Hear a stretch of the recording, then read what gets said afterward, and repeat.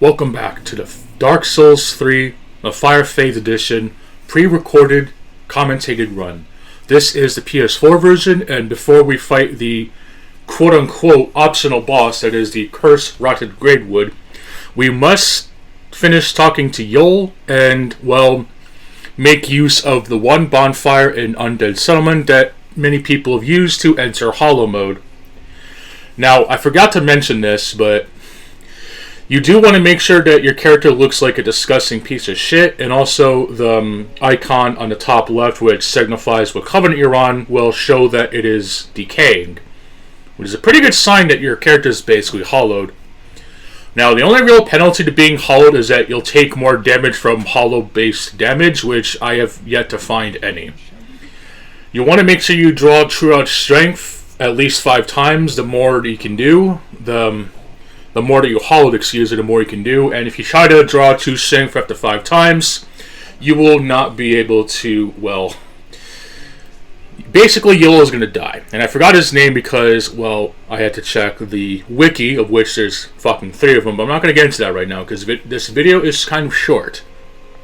So make sure you absolutely talk to him before you get to Gesture, because he'll basically be gone from the rest of the game, and if you don't want to utilize his services, if you're playing a low-level run, just kill the fucker. I don't think Yuri will mind, she wouldn't be that bad of a character if her fucking helmet wasn't part of her fucking head. Seriously, go equip the helmet that she wears and tell me if her fucking hair is on that shit. Makes no fucking sense. Now, I know there's the other character, Henri, whose gender is dependent on what character you select. There is no reason to side with Henri. You literally get nothing compared to what Yuria has to offer. The only thing that really hampers choosing Yuri is that you have 5 more levels to invest, so a true Soul Level 1 run with Yuria's benefits will not be possible, but considering that most people who probably don't care for PvP, apparently, even though this game has actual multiplayer that could be beneficial, you're basically getting a lot more with the less, depending on how much of a purist you are. Now, unfortunately, there's no summons for the curse-rotted Greatwood. Not that it really matters, because this fight is relatively simple, and is in fact so simple, I'm not going to even bother activating the boss fog, because, well, this boss is really fucking simple. I mean, it's a little too simple for my taste, but you'll see in a second as I horrendously try to pick up the Great Scythe, which unfortunately is not as good as it was in Dark Souls 1, or maybe even Dark Souls 2, if it even was in there. I don't remember, nor do I care. Thankfully, the runback is pretty good. I would recommend going this path if you have the Spirit Branch, the Young White Branch, and if you don't, you can take the bonfire that's underneath where we rescued the Pyromancer dude. Now, this boss is as what they would call a really shitty gimmick. You're technically fighting the boss, but you actually have to hit the spores, I believe it's called, of this giant tree fucker. Yes, this giant tree fucker. It would put Kanna from Blossom Master to shame, except she wasn't even a thing yet, so whatever. So the major strategy with this boss is, first of all, make sure you engage the nutsack. Yeah, it's just like that one song from that horrible animated sitcom.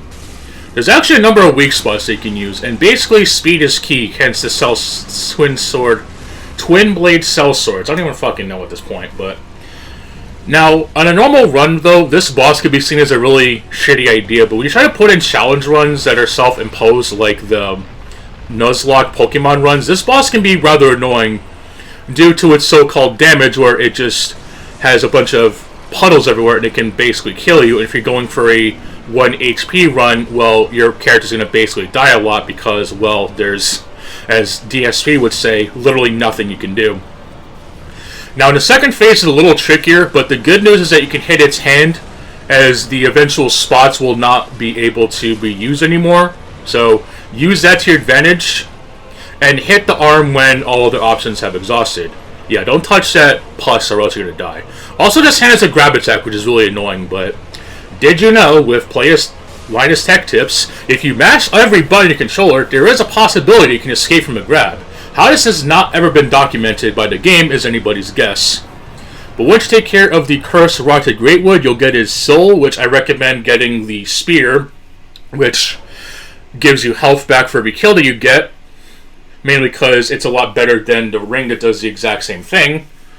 And not to mention, by the way, if you actually don't go to Hodrick before triggering the second phase of this fight, you're basically locked out of a Covenant until very late in the game. And you'll also want to light that bonfire, because there's pretty much no way of ever coming back here unless you want to take that big plunge every time. So yeah, this boss fight is fucking stupid. Speaking of stupid, don't be like me and not give this fucker the kin, which you basically need in order to make boss weapons and other various things. And you can even make rings this time too, which is surprising. Now the thing with this dude is that for some reason, some items you have to pay souls, others you don't. I don't really get the consistency or logic. There may be one or two boss souls I don't use for that exact purpose, because honestly there's just no real choice on what to pick. For example, the Abyss Watcher's soul.